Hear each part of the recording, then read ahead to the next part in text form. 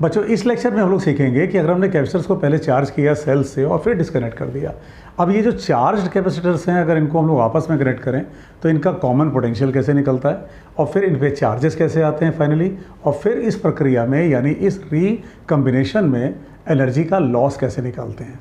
Let's begin. Suppose अपने पास दो capacitors हैं और इनकी जो वैल्यू है, सपोज़ ये है C1 कहते हैं इसको हम लोग, ये है 4 फैराड का और इसे हम लोगों ने चार्ज किया 10 वोल्ट से। और दूसरा कैपेसिटर है अपने पास, ये सपोज़ C2 कहते हैं इसको, 6 फैराड का है और इसे चार्ज किया गया 5 वोल्ट से। यानी 4 फैराड वाले को पहले 10 वोल्ट से चार्ज कर लिया, बैटरी से चार्ज कर लिया, और 6 वाले को 5 वोल्ट से। और सपोज़ ये चार्ज इस पर ये प्लस माइनस, ये प्लस माइनस, ठीक है। यानी इन कैपेसिटर्स को हमने सेल से चार्ज कर लिया और फिर इन्हें डिस्कनेक्ट कर दिया सेल से। अब देखा जाए ये चार्जेस इनके पास होंगे कितने कितने के। इसके पास चार्ज होगा 40 कूलम का और इस कैपेसिटर के पास Q2 चार्ज होगा 6 × 5 दैट इज़ 30 कूलम का। और अब हम क्या करें, अब हम इन्हें आपस में कनेक्ट करें। सपोज हमने इन कैपेसिटर्स को अब आपस में कनेक्ट किया, हमने इनकी पॉजिटिव प्लेट्स को आपस में और नेगेटिव प्लेट्स को आपस में ऐसे कनेक्ट किया, यानी सिमिलर प्लेट्स टुगेदर कनेक्ट किया।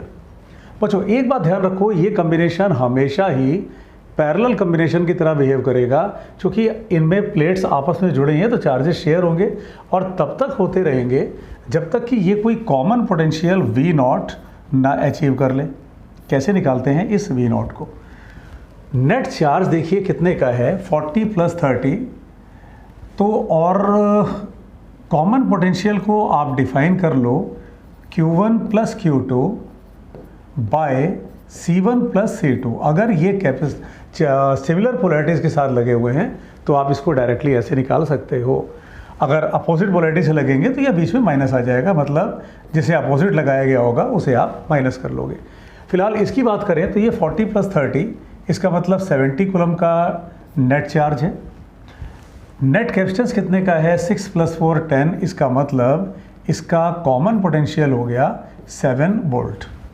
ठीक है, इस कॉम्बिनेशन का कॉमन पोटेंशियल 7 वोल्ट। अब इन सेल्स कैपेसिटर्स पे चार्ज कितने के हैं, let us call it Q1' and Q2'। इसका मतलब ये जो पहला कैपेसिटर है उस पे चार्ज होगा 4 × 7 दैट इज़ 28 कूलम का, और जो दूसरा कैपेसिटर है जिसके पास पहले 30 कूलम का चार्ज था उसके पास अब कितने का चार्ज है बेटा, 6 × 7 दैट इज़ 42 कूलम। आप इस जगह पर एक बार ये भी चेक कर लो कि जो टोटल चार्ज पहले था दैट इज़ Q1 + Q2 बेटा वो 70 कूलम था, और क्या अब भी 70 कूलम है, यानी चार्जेस ने आपस में अपने को रीएडजस्ट किया। इसके पास पहले 40 कूलम था जो कि अब घट के 28 रह गया, Q2 के पास 30 कूलम था जो कि अब बढ़ करके 42 कूलम हो गया, लेकिन जो नेट है वो अभी भी एक जैसा है। तो ये निकाल लिया हमने चार्जेस को। अब देखा जाए इस प्रक्रिया में एनर्जी का लॉस कैसे निकलता है। अगर हम इनिशियल एनर्जी देखें, इनिशियल एनर्जी तो वो इन दोनों कैपेसिटर्स की एनर्जी का टोटल होगी, that is half initial capacitance 4, इसके पास वोल्टेज है 10 प्लस इस पे चलाओ हाफ CV² तो हाफ CV²। यानी हम कर क्या रहे हैं, हम पहले की एनर्जी को निकाल रहे हैं सिस्टम के पास, यानी ये जो कैपेसिटर्स आके जुड़े हैं तो इनके पास पहले की एनर्जी कितने की थी। तो ये बेटा कितने का हो जाएगा 200 जूल, प्लस यहाँ से आप काट दो तो 25 × 3 दैट इज़ 75। तो इनिशियल एनर्जी बिफोर कम्बिनेशन इस सिस्टम के पास 275 जूल की थी। अब देखो आप फाइनल एनर्जी कितने की है, फाइनल एनर्जी हाफ बेटा नेट कैपेसिटेंस कितने का है C1 + C2 दैट इज 10, और पोटेंशियल कितने का है 7। तो ये मिल गया अपने आप को, ये 5 × 49 49, that is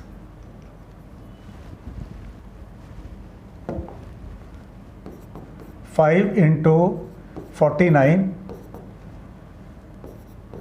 245। तो लॉस कितने का आया, यानी इस प्रोसेस में एनर्जी का लॉस। बेटा जब भी आप लॉस निकालते हो तो आप इनिशियल में से फाइनल को सब्सट्रैक्ट करते हो, तो इसका मतलब you initial minus you final, that is 275 minus